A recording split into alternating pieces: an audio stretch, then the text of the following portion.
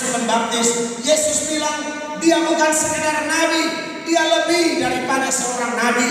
Yesus berkata bahwa dari semua yang dilahirkan perempuan tidak ada yang lebih besar dari Yohanes Pembaptis. Bayangkanlah Bapak Ibu, kelebihan begitu banyak. Ini rohani high class, rohani papan atas. Tapi rohani sehebat Yohanes pun bisa goncang. Kenapa itu perlu dipikirkan? Itu sebagai satu dorongan, satu hal penting yang perlu saya dan Bapak Ibu pikirkan, lalu kita tarik ke diri kita. Lalu kita evaluasi perjalanan iman kita di 2020 sampai di Adventus terakhir ini. Kira-kira bagaimana kerohanian kita?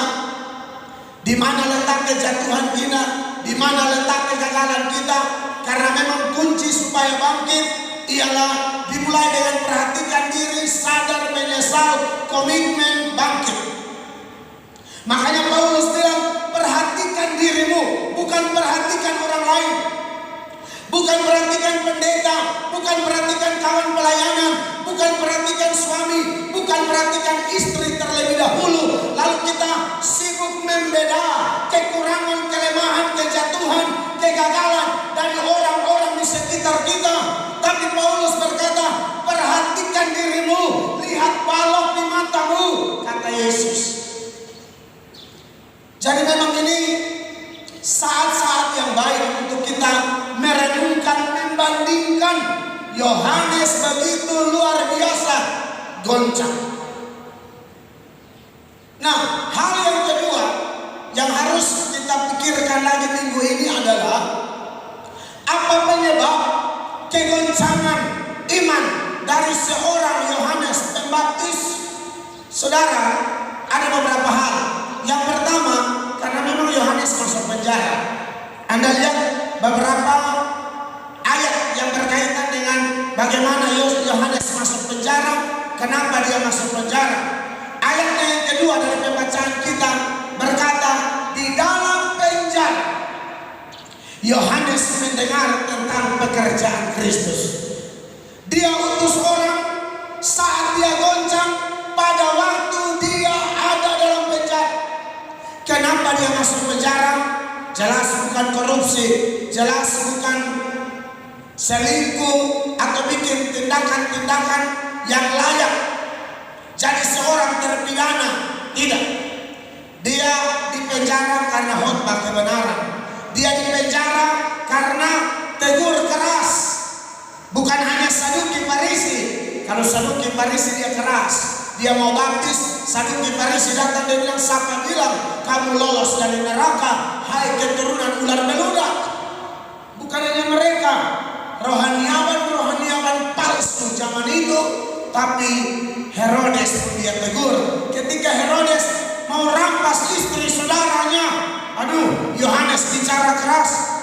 Mari kita lihat Yohanes pasal 14 mulai ayat 3. Sebab memang Herodes telah menyuruh menangkap Yohanes, membelenggunya dan memenjarakannya berhubung dengan peristiwa Herodias istri Filipus saudaranya. Ayatnya yang keempat, karena Yohanes pernah menegurnya, katanya tidak halal engkau mengambil Herodias. Lalu ayatnya yang kelima, Herodes ingin membunuhnya, tetapi ia takut akan orang banyak yang memandang Yohanes sebagai nabi. Tapi ujung-ujung memang kepala Yohanes dipotong putus seperti yang saya singgung minggu lalu. Bapak Ibu terkasih, di penjara entah sudah berapa lama, tidak mungkin Yohanes diam-diam saja. Yohanes pasti berdoa, Yohanes pasti berseru. Dan orang yang Yohanes paling percaya, dan gara-gara dia Yohanes mati-matian berkhotbah, yaitu Yesus, tidak pernah kunjungi Yohanes satu kali pun. Anda bisa bayangkan, Anda berdoa, berharap, tidak ada jawaban, tidak ada kunjungan, tidak ada penguatan, tidak ada counseling, dia harap Yesus tidak datang dan kasih kuat. Yohanes, tenang, malaikat berkemah. Yohanes, tenang, Bapa menjagamu. Yohanes, tenang, saya ada. Yohanes, tenang, walaupun kau mati, kau tidak akan rasa sakit. Mungkin begitu, tapi tidak ada. Bapak Ibu, itu bukan main-main loh. Yohanes bukan malaikat, Yohanes bukan makhluk roh, Yohanes daging seperti kita.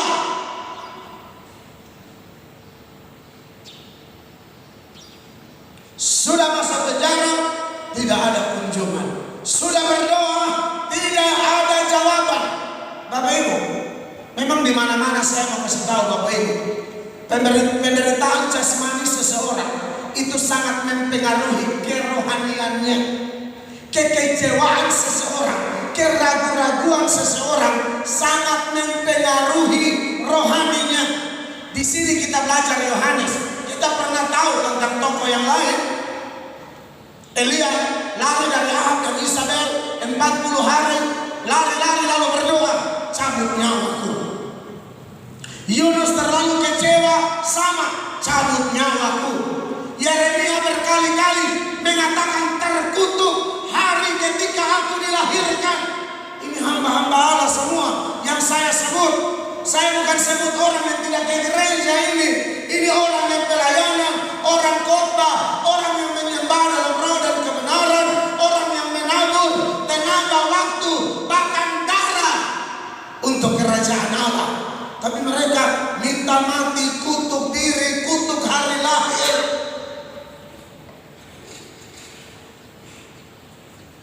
Dari begitu banyak tokoh, termasuk Yohanes, kalau saya banding-bandingkan ya, tidak ada informasi yang lebih lengkap dari penderitaan Ayub. Maka pagi ini sebagai refleksi, saya mau singgung tokoh ini. Elia kita hanya dengar doa minta mati selesai. Yunus juga. Yohanes yang kita bahas sebatas ini. Ada ragu-ragu lalu kirim orang cek tanya kepastian. Ayub punya. Saya baca-baca, saya belajar-belajar. Tadi malam saya banyak berubah materi karena sambil jaga mama saya. Mama saya itu kayaknya tumor usus di rumah sakit dari Gini Romeus. Saya dan saudara-saudara kami anak laki semua. Biasanya orang tua memang tidak ada perempuan itu susah. Ternyata tidak juga. Tergantung anak laki ke siapa. Tidak juga. Kami urus. Kami sayang. Saya cium dia, peluk dia, menyembah. Buat yang terbaik. Kalau kita orang Sumatera bisa mencium jenazah. Kalau kita bikin apa, ngomong apa masih hidup, bikin yang terbaik. Sumatera itu cuma menangis. Omong-omong susah banget. Menangis boleh. Hei, sementara duduk dengar beliau curhat, saya otak-atik ini materi. Kakak saya minta izin pulang sebentar, oke, saya jaga. Sampai saya jam 12, jam 1 ya. Karena saya masih kegiatan dengan anak-anak di Limpung. Lalu jam 1 saya pulang. Puji Tuhan materi beres di rumah sakit karena terjadi perubahan-perubahan di sana. Nah, saya belajar tentang Ayub. Bapak Ibu, Ayub memang tidak kutuk Tuhan, tapi Ayub kutuk hari lahir. Ada tradisi zaman itu, orang berharap tidak dilahirkan. Ada suku tertentu, kalau satu orang dilahirkan, satu suku itu datang menangis di hadapan baby itu. Karena mereka bilang apa? Kamu harus siap menderita. Lu sedang masuk kepada dunia yang penuh penderitaan. Tapi waktu orang mati, orang langsung senang sekali. Karena mereka bilang, kamu telah bebas dari penderitaan. Dan biasanya orang-orang tempo itu saking stres dengan hidup, masalah-masalah yang dia hadapi, masalah-masalah jasmani itu mempengaruhi rohani mereka. Bahkan orang yang punya kualitas kesalehan yang begitu luar biasa, bahkan Allah saja tidak tahan mulutnya Allah untuk mengakui kesalehan Ayub. Tapi Anda lihat dalam Ayub pasal 3 mulai ayat 1 sampai ayat 4, sesudah itu Ayub membuka mulutnya dan mengutuki hari kelahirannya. Maka berbicaralah Ayub, ayat 2, biarlah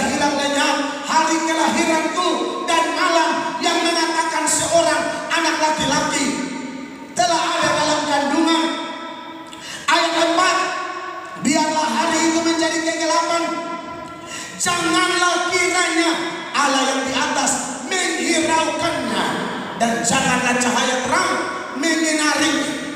Bahkan Ayub bilang, saya meminta lebih baik cekik saya kasih mati, saya tidak mau hidup, saya bosan hidup. Di Ayub pasal 7 ayat 15, Ayub berkata begini. Di dalam kitab Ayub tidak semua omongan Ayub, yang saya kutip ini omongan Ayub semua. Ya, sekarang kalau baca kitab Ayub ada 42 pasal, ada Elifas di sana. Enggak, ini Ayub semua yang saya kutip. Ayub berkata, sehingga aku lebih suka dicekik dan mati daripada menanggung kesalahanku. Ayat 16, aku cemburu, aku tidak mau hidup untuk selama-lamanya. Biarkanlah aku, karena hari-hariku hanya seperti hembusan nafas saja. Seperti yang saya katakan, bahwa semua hamba Tuhan yang putus asa, informasi keluhan mereka tidak sedetail Ayub. Maka saya pilih singgung Ayub pagi ini. Bagaimana tidak, saudara-saudara, Ayub sampai mengutuk hari kelahiran, sampai minta dicekik kasih mati, sampai berkata aku bosan hidup. Kenapa sampai Ayub ngomong semua itu? Saudaraku, saya sudah lihat banyak orang menderita, tapi kalau ingat-ingat Ayub itu berat. Anak 10 orang mati, Anda sudah tahu. Kita anak satu sakit, kita stres.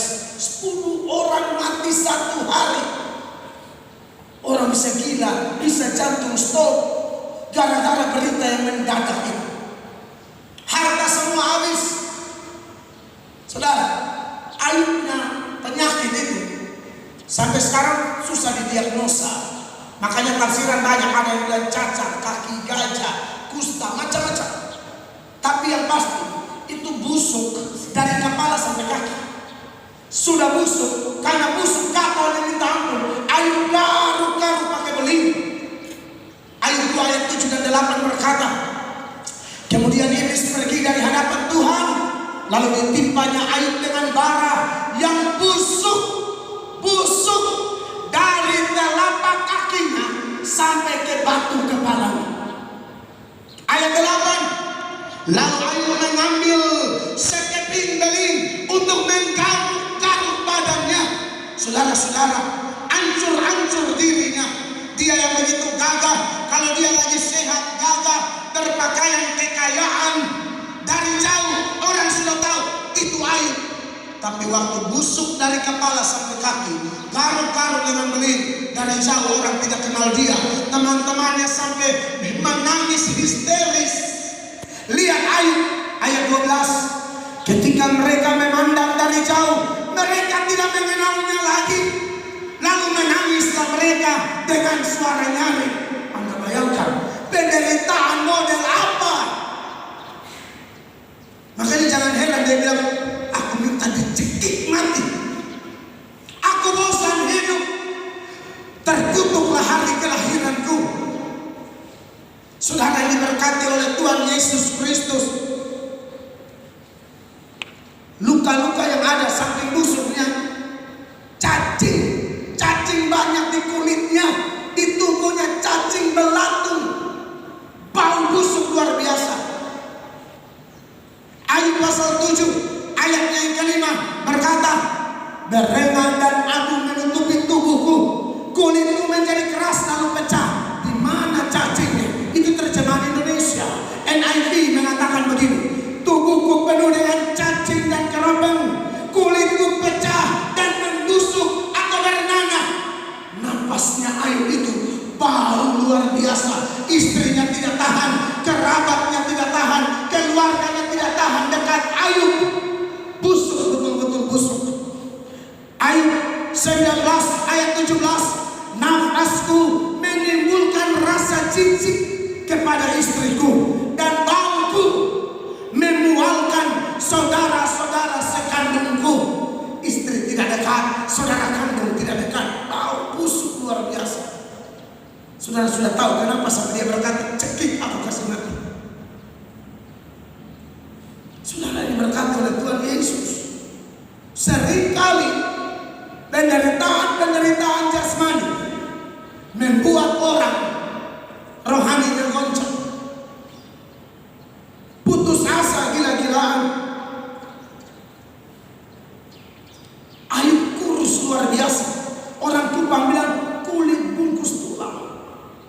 Dalam Ayub pasal 16 ayatnya yang ke-8, sudah menangkap aku, inilah yang menjadi saksi, kekurusanku telah bangkit menuduh aku. Ayub 19 ayat 20, tulangku melekat pada kulit dan dagingku. Kulit bungkus tulang karena sudah bau busuk kurus tulang. Saya sudah lihat banyak orang menderita, dan saya coba belajar tokoh-tokoh kita menderita. Tidak ada informasi sedikit lain.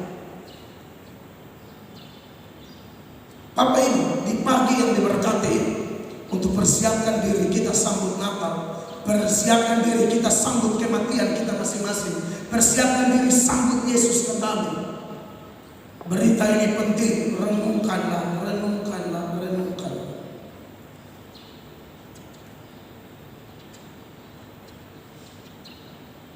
Kalau sudah kondisi begini, saudara, sudah pasti tidak ada orang peduli dia, ya.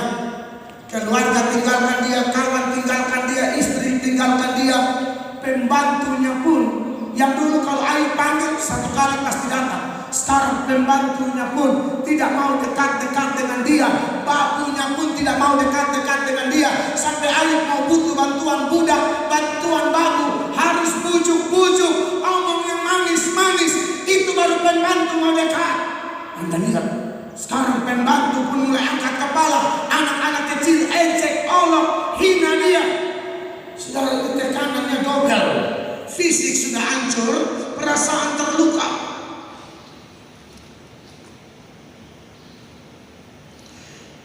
Ayat 19 mulai ayat 14 dan beberapa ayat ya, pasal 14, pasal 19. Kaum kerabatku menghindar, ayat 14, dan kawan-kawanku melupakan aku.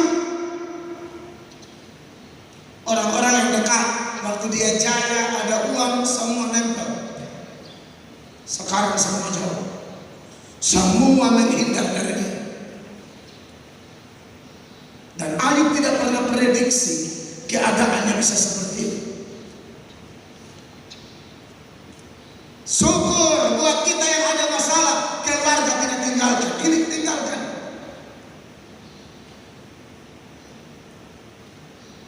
Mama saya peluk kepala saya dan cium, ternyata beranak anak laki-laki, itu tidak sia-sia, tidak sia-sia saya. Tidak.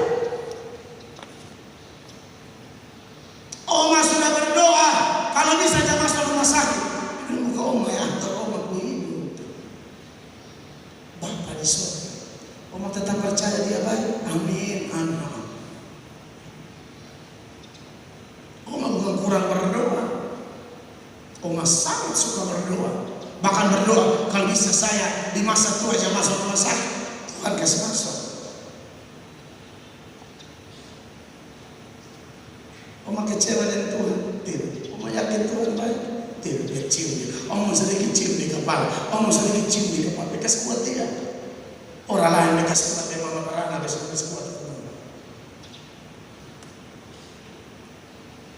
Mana pernah Ayub pikir akan alami begini, orang tinggalkan.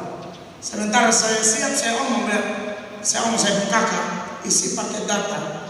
Om harus dengar live besok. Live-nya ada 2, pagi sore. Siapa yang jalan tolong Facebook, Om harus dengar.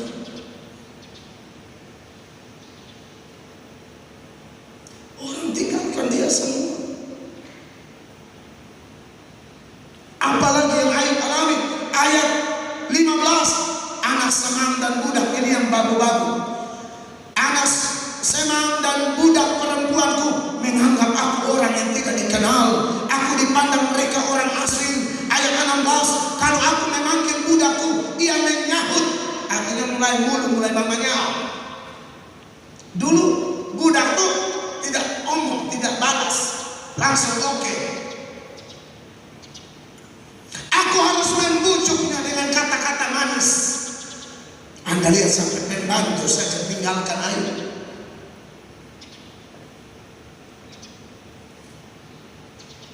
Jadi saudara berhati-hati, bahwa sekarang semua orang ada suka kamu. Jaga-jaga. Kamu tidak tahu 1-2 jam di depan. Anda tidak tahu. Saya tidak tahu. Tidak ada tempat pelarian yang paling bisa terima kita kecuali Yesus. Saudara cinta dia, beri tepuk tangan yang mulia bagi dia.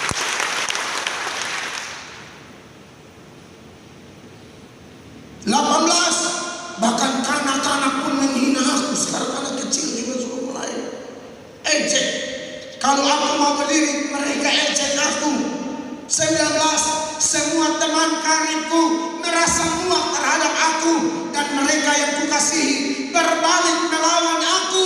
Orang-orang yang dia pernah tolong semua sekarang orang Kuba bilang balik gagal. Tidak bisa tidur, hidup gelisah, usaha tidur tidak bisa sampai hampir siang, sampai dini hari. Ayub tidak bisa tidur. Ayub 3 itu bilang, aku tidak mendapat ketenangan dan ketenteraman, aku tidak mendapat istirahat, tetapi kegelisahanlah yang timbul. Ayub 7 ayat 4, bila aku pergi tidur, maka pikirku, bilakah aku akan bangun? Tetapi malam merentang panjang, dan aku dicekam oleh gelisah sampai dini hari. Ini kenapa Ayub bilang, cekik aku harus mati. Saudaraku, penderitaan jasmani seringkali mempengaruhi kerohanian seseorang. Jadi kalau ada kesempatan isi rohani Anda sekuat-kuatnya, lebih baik isi. Lebih baik isi. Apakah ketika Ayub minta mati kutuk hari lahir, Ayub berdosa? Pasti berdosa. Memang dia tidak kutuk Allah, tapi kutuk keadaan pun tidak dibenarkan di hadapan Allah. Dan akhirnya nanti di akhir Ayub dipulihkan, Ayub minta ampun, Tuhan saya sudah salah ngomong. Saudara, semua data yang kita angkat ini kenyataan, tapi tidak bisa dibenarkan. Kita orang Kristen harus siap-siap.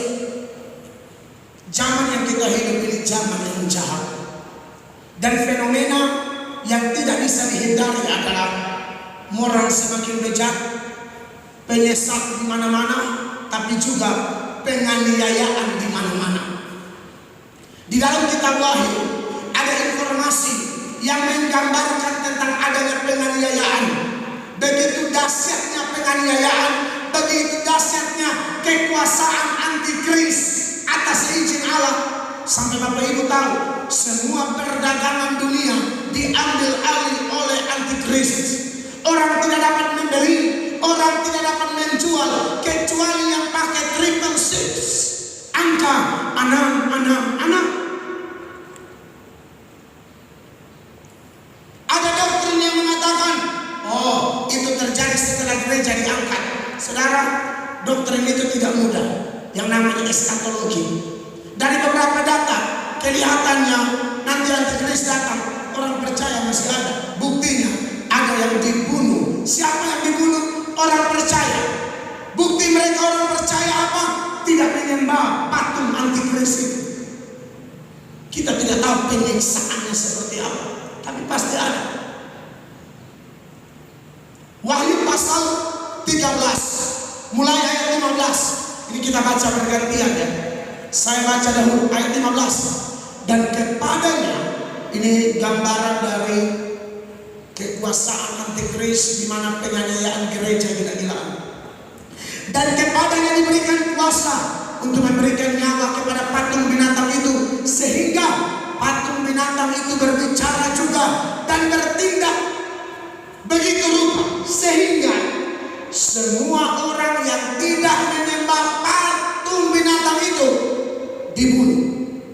Siapa mereka yang dibunuh? Pasti orang percaya. Hanya pengecut yang akhirnya menyembah, mengikuti antikris. Tapi kalau sampai dibunuh, inilah orang-orang yang bertanya,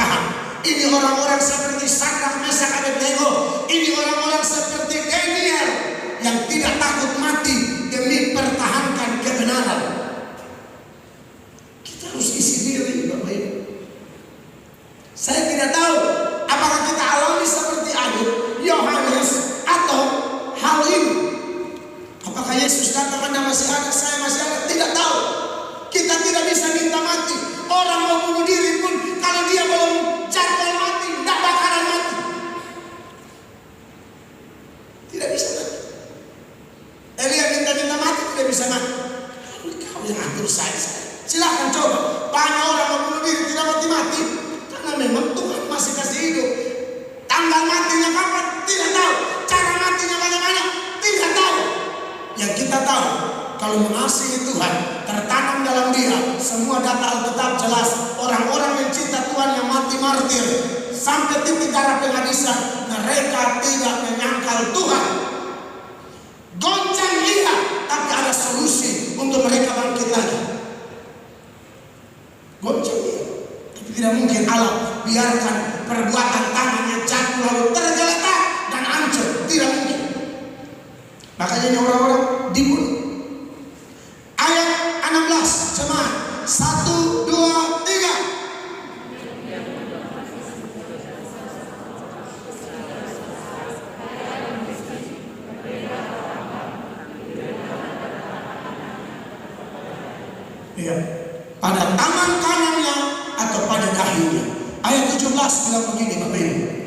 Dan tidak seorang pun yang dapat membeli atau menjual. Bisnis diambil alih oleh antikris bila waktu itu datang. Tetap mau bisnis, ikut antikris. Dan ikut antikris nanti kita lihat. Penderitaan yang antikris kasih lebih mengerikan atau penderitaan yang Tuhan kasih langsung lebih mengerikan. Mari kita lihat. Tidak seorang pun yang dapat membeli atau menjual selain daripada mereka yang memakai tanda itu, yaitu nama bilangan itu atau bilangan namanya. Bilangannya apa? 18:23. Yang penting di sini ialah hikmah. Barang siapa yang bijaksana, baiklah ia menghitung bilangan binatang itu, karena bilangan itu adalah bilangan seorang manusia dan bilangannya ialah 666. Makanya kita biasa bilang 666. Ternyata betul ada Kristen-Kristen yang tidak takluk kepada antikris, akhirnya dibunuh, disiksa dan lain sebagainya. Tapi ada yang karena goncang lalu ternyata ikut antikris, menyembah antikris. Bapak Ibu, saya tidak tahu penyiksaan antikris seperti apa, tapi tidak ada penyiksaan sedasar penyiksaan Tuhan. Tidak ada. Bilangan 666 itu bilangan manusia. Kenapa? Manusia diciptakan pada hari ke-6. Jadi 6 mau digandakan, 6 mau bikin di triple, mau dibuat apa saja, belum sampai 7. Tuhan kita selalu dikaitkan dengan angka 7. Sekarang informasi ini sampai kepada umat untuk kita memilih. Kita mau lebih takut siapa? Antikris atau Tuhan? Kalau lebih takut Tuhan, dekatlah kepada Tuhan. Lebih takut antikris, dekatlah kepada antikris. Kelihatannya ada begitu banyak orang nanti yang lebih takut antikris daripada takut Tuhan. Akhirnya apa? Sembah antikris. Dan pada waktu mereka menyembah antikris itulah murka Tuhan tidak main-main. Saudara, saya sudah jelaskan berkali-kali dan saya ingatkan lagi kepada jemaat.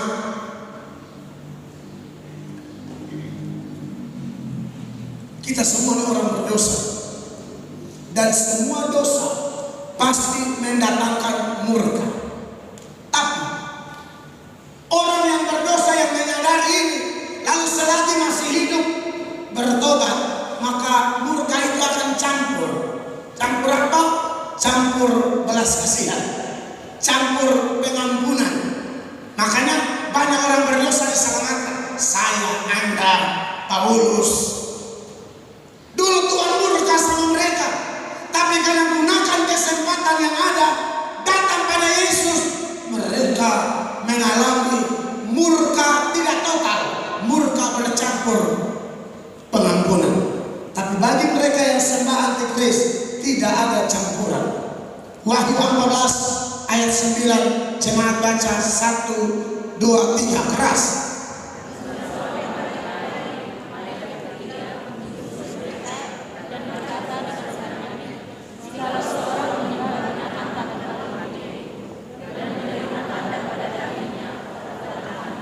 Apa yang terjadi dengan dia?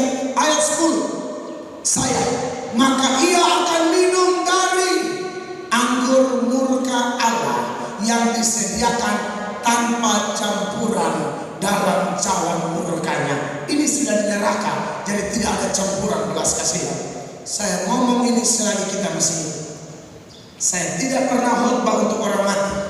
Orang masih hidup saya khotbah sungguh-sungguh. Orang mati tidak ada waktu berbicara dengan dia, sia-sia. Dia tidak akan respon.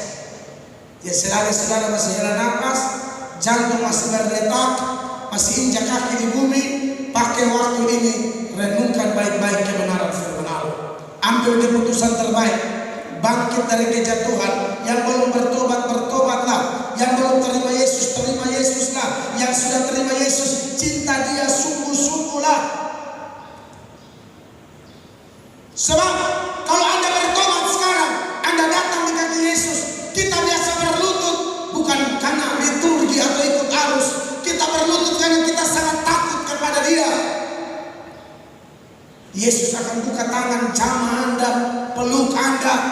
Mungkin Anda tidak lihat, tapi Anda bisa merasakan jamahan itu. Tapi kalau sampai kita ikut antikris, lebih takut antikris, saudaraku, Anda dan saya disiksa.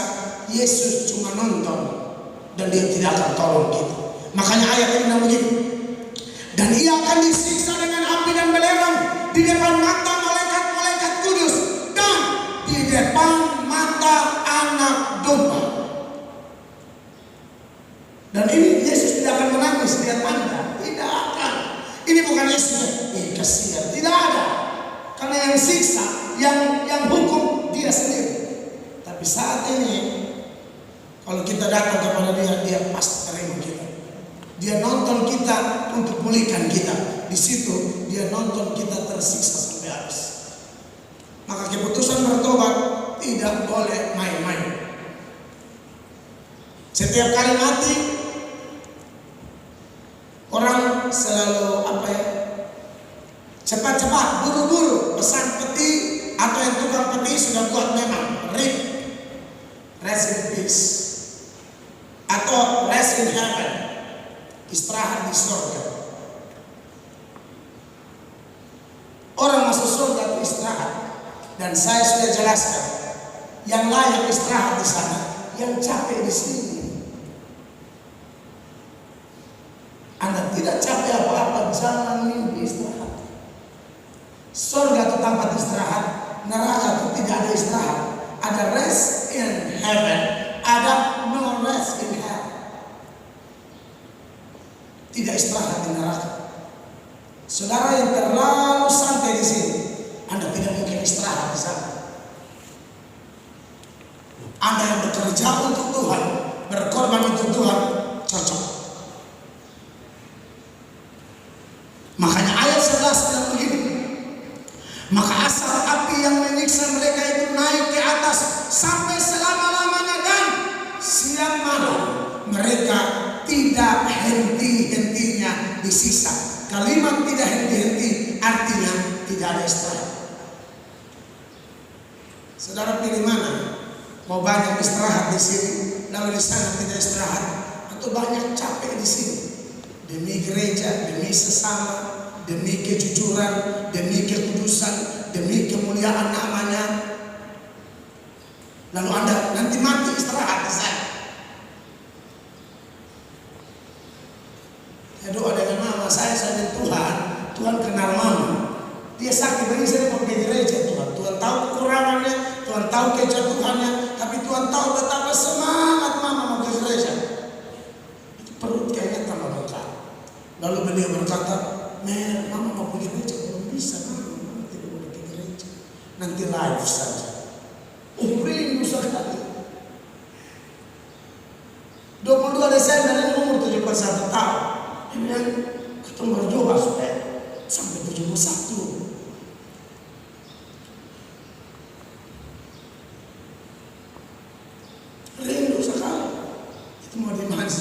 susah jalan. Dia bilang, hari itu harus pakai cari Tuhan. Mau cari apa? Anak wali mata biji sama saudara. Anak yang kasih dengan saudara. Ini panggil ketemu kakak nomor 2 ganti. Potong pagi lagi jalan. Dia telepon pelayanan ya. Kasih kabar saya ganti. Tidak sia-sia melahirkan anak. Mak pun doa sama Tuhan jawab. Tuhan sudah tahu suatu saat mak menderita begini. Dan sengaja anak perempuan repot. Menantu ada hamil 7 bulan.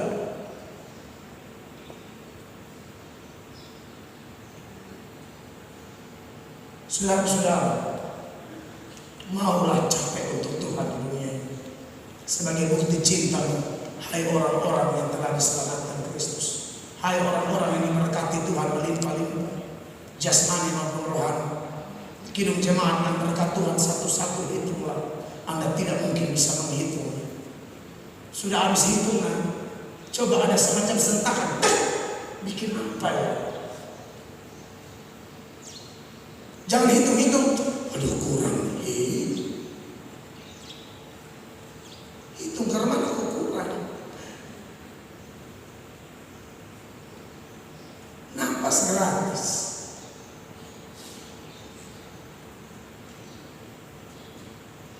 Apalagi saudara yang rumah tangga ada baik-baik. Orang lain mesti tidur bolak-balik gara-gara laki-laki suami HP mati. Telepon mati. Nanti kasih hidup telepon orang kerja. Kerja apa? Kerja harus dikasih kabar. Ibu, Anda harus tambah cinta Tuhan dan laki baik.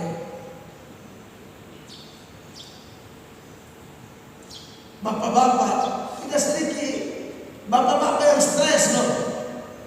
Istrinya, aduh, nasib mantili, takut sekali.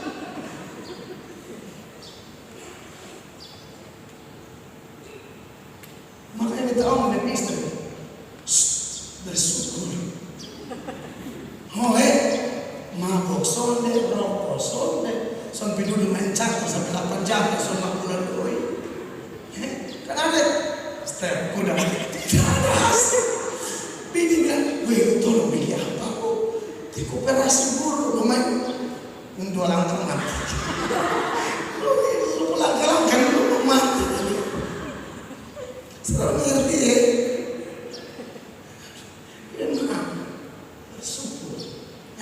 Tidak lelaki mulus sama bawa rokok, sama bawa mabok.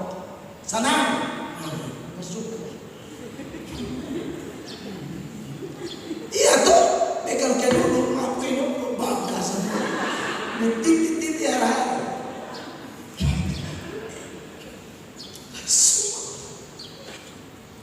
Anda saudara, jujur itu kenapa istri terlalu semangat melayani Tuhan. Balas di Tuhan, terus balas diminta. Balas di Bapak yang kasih minta di rumah. Mau repot apa? Pendeta mintanya selingkuh, pendeta perbikin apa? Ya jangan mau bilang pendeta selingkuh banyak saudara. Banyak. Masa pendeta antar jemaah ke belanja-belanja? Itu pasti ada sesuatu. Berantar ibu Ira belanja ibu Ira. Ibu Ira itu kan sama Sota. Tadi Ibu Adik jadi antar orang tua. Hello.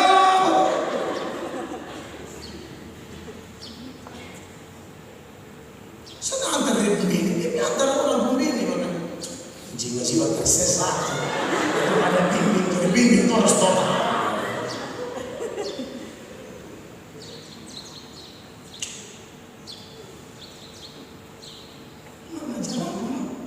Sampai Amerika tuh masuk diabetes.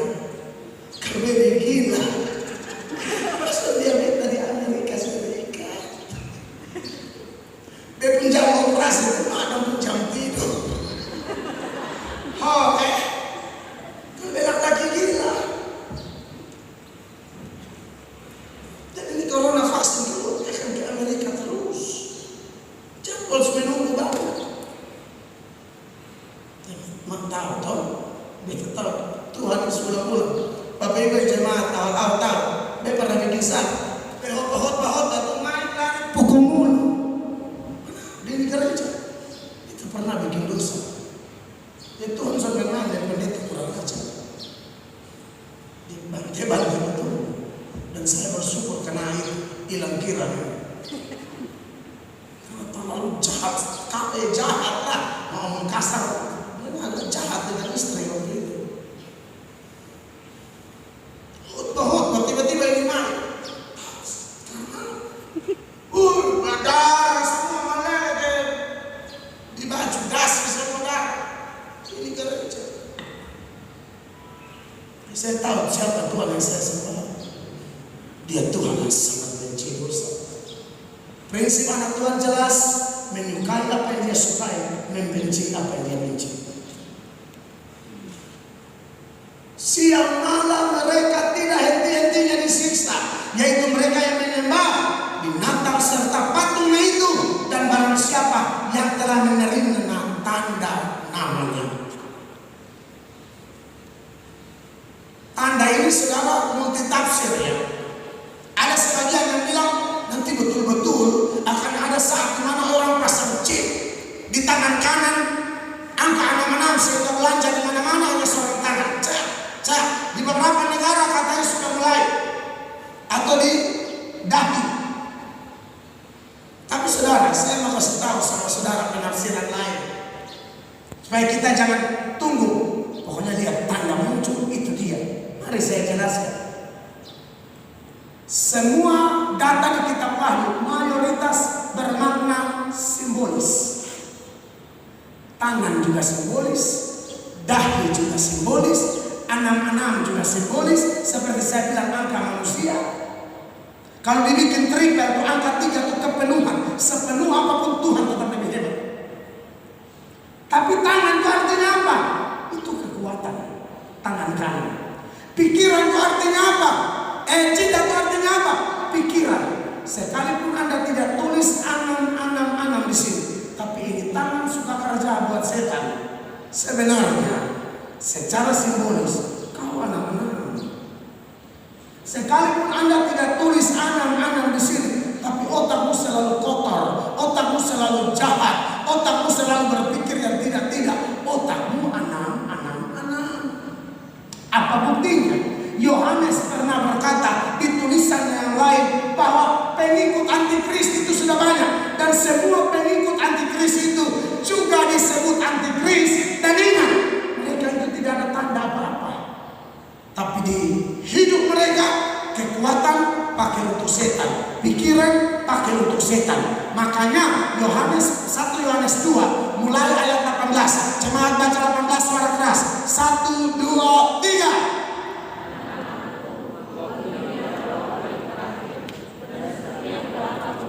Ya. Oke. Sekarang itulah tandanya. Pengikut antikris, Bapak Ibu dengar, siapa tidak tahu, tapi dia akan datang. Kata akan datang berarti belum ada, tapi kaki tangannya sudah ada. Dikatakan sekarang ini waktu surat ini ditulis 90-an Masehi, sekarang 2020 Masehi. Kalau waktu itu saya sudah banyak, sekarang lebih banyak. Sekarang telah bangkit banyak antikristus. Saudara, ini tidak ada cap apa-apa, tapi apa yang Yohanes maksudkan?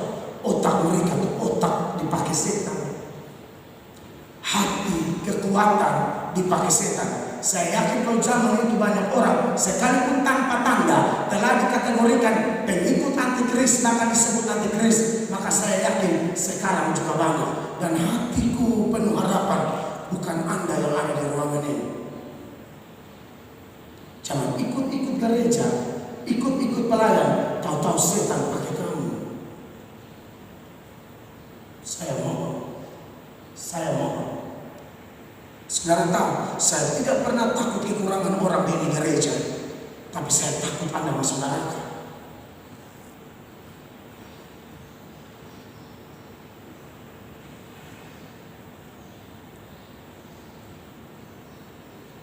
Siapa mereka ini? Bukan dari agama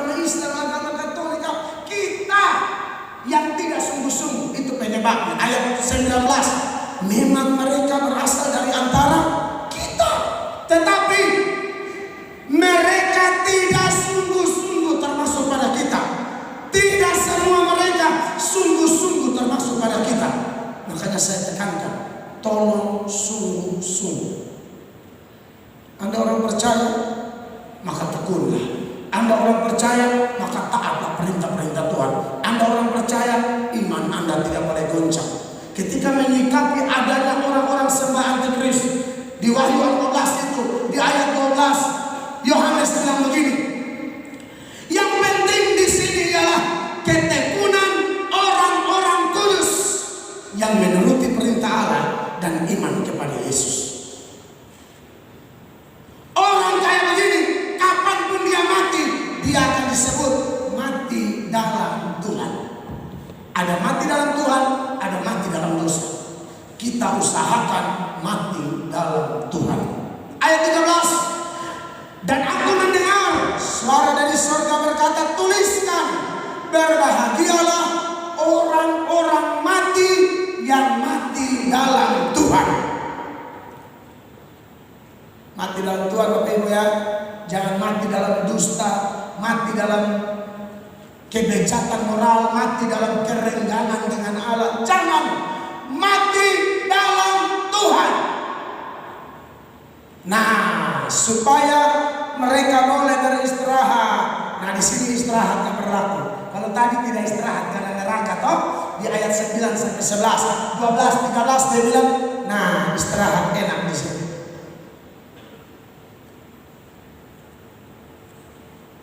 Karena segala perbuatan mereka menyertai mereka.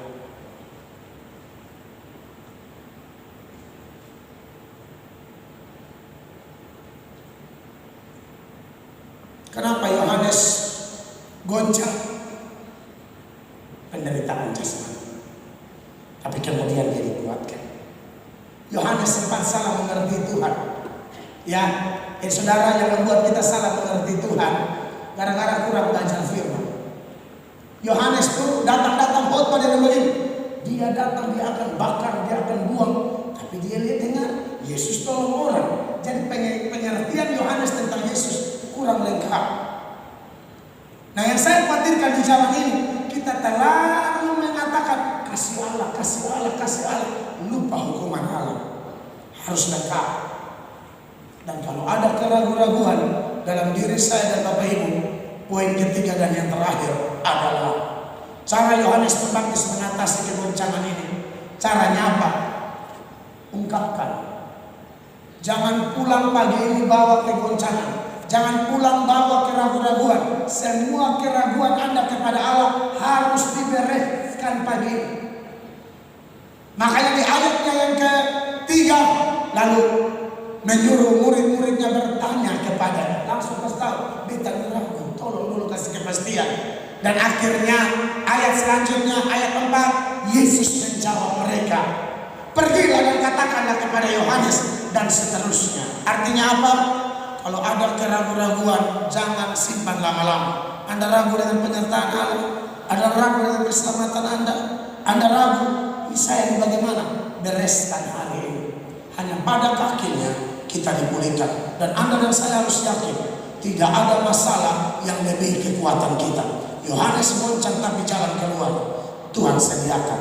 Ayat penutup, mari kita berdiri bersama-sama lalu kita baca ayat ini. 1 Korintus 10 ayat 13, dengan penuh iman, dengan yakin bahwa ayat ini untuk kita pribadi lepas pribadi. Kita baca dalam hitungan ketiga. 1, 2, 3. Pencobaan-pencobaan yang kamu alami ialah pencobaan-pencobaan biasa yang tidak melebihi kekuatan manusia. Sebab Allah setia, dan karena itu Ia tidak akan membiarkan kamu dicobai melampaui kekuatanmu. Pada waktu kamu dicobai, ingat, Ia akan memberikan kepadamu jalan keluar sehingga kamu dapat menanggungnya. Apakah pencobaan itu menggoncangkan kita?